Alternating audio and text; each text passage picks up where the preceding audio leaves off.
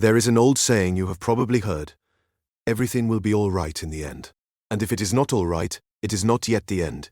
People repeat it the way they repeat most comforts, quickly, to get past the feeling. They say it to a friend who is grieving, then change the subject. They say it to themselves at night and do not believe a word of it. I want to slow it down, because it is not a comfort.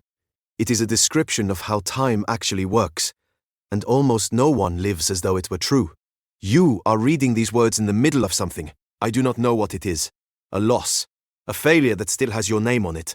A door that closed. Whatever it is, you have already decided how the story ends, and you decided it from the middle. That is the mistake. Not the pain, the verdict. I have watched humans do this for thousands of years. A man loses the thing he built, and in the first week he says, "This is who I am now." A woman is left, and by the first winter she says, "This is how it will always be." They are standing in the second act of a long story, reading the final page aloud. Certain they have seen the whole book, they have not. No one ever has. You cannot see the end from inside the middle. You can only feel the middle, and the middle almost always feels like the end. Consider what an ending actually is. Not the moment a thing stops hurting. The moment a thing has finished becoming what it was meant to become. A field is not finished when the harvest is taken. It rests through the dark months, bare and dead to the eye. And a man who had never seen a winter would swear the land had died. He would be wrong. The field is not at its end. It is in its season. This is the first thing the saying asks of you. Learn to tell the difference between a thing that is failing and a thing that is still becoming. They look identical from the inside. The grief feels the same. The doubt sounds the same. But one is a wound, and the other is a seed, and the seed does most of its work underground, in the dark, where you cannot watch it and cannot rush it, and cannot prove to anyone that it is alive. You want certainty that it will be all right. I understand the hunger for it. But certainty is not what is offered here. What is offered is something steadier. The knowledge that you are not at the end. That the verdict you reached was reached too early, by a frightened mind, in poor light. Marcus Aurelius wrote his private thoughts at night, by lamplight, in a tent on the edge of an empire that was always one season from collapse. He buried children. He fought wars he did not want. And the line he returned to, again and again, was simple. That the obstacle in the path becomes the path. That what blocks the way is the way. He did not mean that suffering is good. He meant that the thing standing in front of you is not the interruption of your life. It is your life, the part of it you are living now, on the way to a place you cannot yet see. So here is the quiet question. Whose voice told you it was over? Sit with that. Because it was a voice. Some part of you spoke a sentence, and you accepted it as a fact about the future. This will never get better. I will never recover from this. It is too late for me now. Listen to those sentences again, and notice what they all share. They are all predictions, and not one of them is knowledge.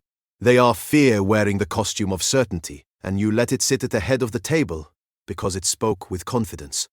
The mind does this to protect you. If it tells you the worst is already true, then nothing worse can surprise you. It would rather you live in a finished tragedy than an open question, because the tragedy, at least, is known. There is a strange safety in despair. It asks nothing of you. It does not require you to get up tomorrow and try again, not knowing if it will work. That is the cost. The saying is really naming. If you decide the story is over, you stop being its author. You set down the pen in the middle of the page and call the unfinished thing a conclusion. And then, of course, it ends badly. Not because it was destined to, but because you stopped writing.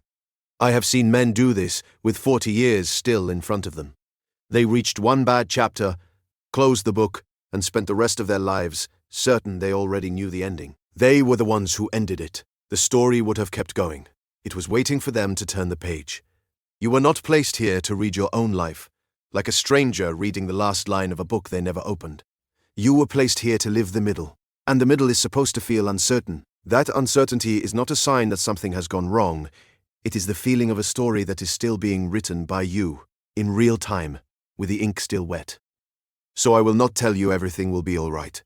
I do not know your life, and I do not make promises I cannot keep. But I will tell you what I have watched be true across more winters than I can count. The end is further away than it feels. What you are calling the conclusion is a chapter.